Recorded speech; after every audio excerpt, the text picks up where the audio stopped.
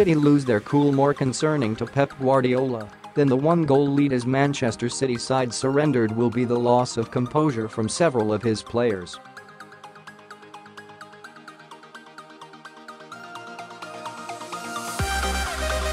Nicolas Otamendi brought back the rash side to his game that looked to have been consigned to the Manuel Pellegrini era. Fernandinho risked the VAR treatment as he left one in on Harry Kane, and even Aymeric Laporte required a talking to from the referee.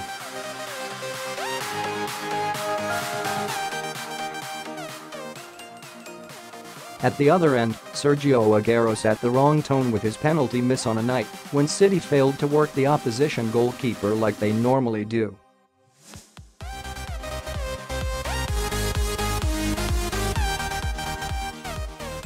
Where they might have been fired up in a good way against Liverpool at the beginning of the year to get their title charge back on track in the league, here the flare-up seemed to distract from the organization of the team and see them lose the control they normally impose on a game.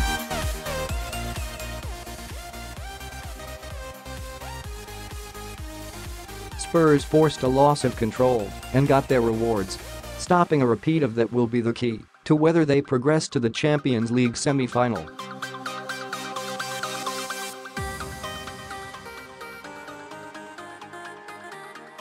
Guardiola pays price for surprise selection. Today is to do. Read the message from Tottenham fans before the game.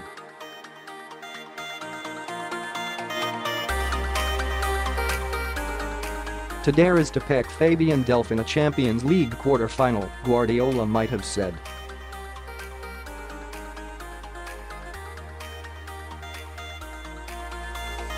An injury to Aleks, Zinchenko and Benjamin Mendy's struggle for fitness may have played a part in the shock selection at left back, but there were several options the City manager could have turned to other than a player last seen giving a penalty away at Championship side Swansea.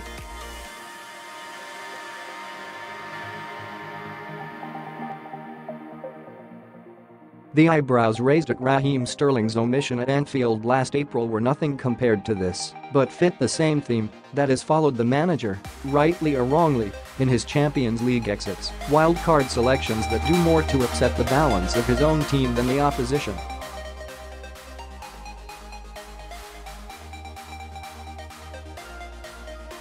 For most of the game, Delph belied the narrative.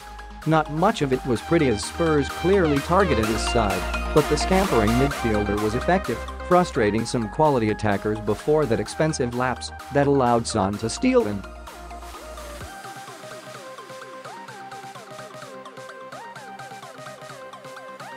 If it seems harsh to mark his card for that, Guardiola has constantly said that those moments can kill you in this competition because the standard is higher.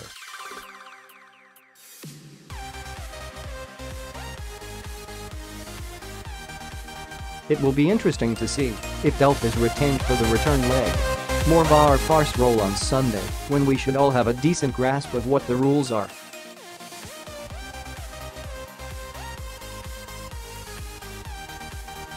There was confusion on Saturday for the FA Cup semi-final when Kyle Walker moved his head towards a Brighton player. The replays that were meant to be on the big screen for fans never came. And there hasn't really been an official explanation for why the card was deemed yellow and not red.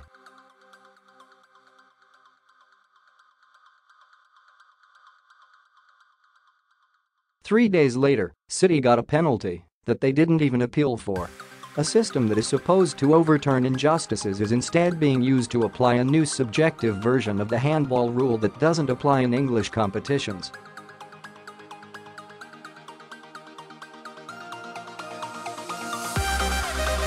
It is boring to bang on about, but the inconsistencies are maddening, and it is hard to see how the changes are for the better currently.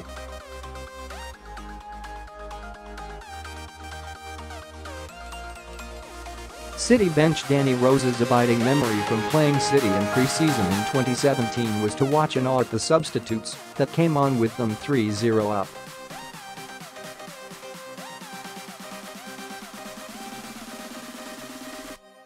Pochettino laughed when he saw two £50 million midfielders on the Liverpool bench the other week, so he must have split his sides at City's here.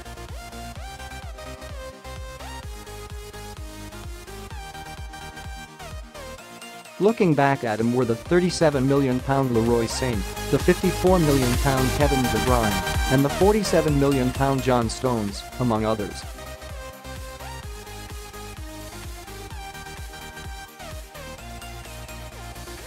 Sane has had a hand in 7 goals in his last 3 Champions League games, 4 goals, 3 assists, and has only needed 4 shots on target to get those goals.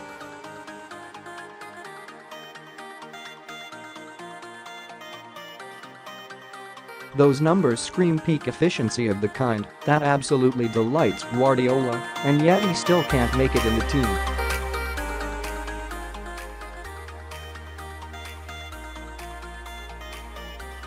There's an argument to be had over whether some of those players should have been on the bench at least for so long, but if nothing else, it's enviable depth and a reason why the quadruple remains a possibility as late as the second week of April.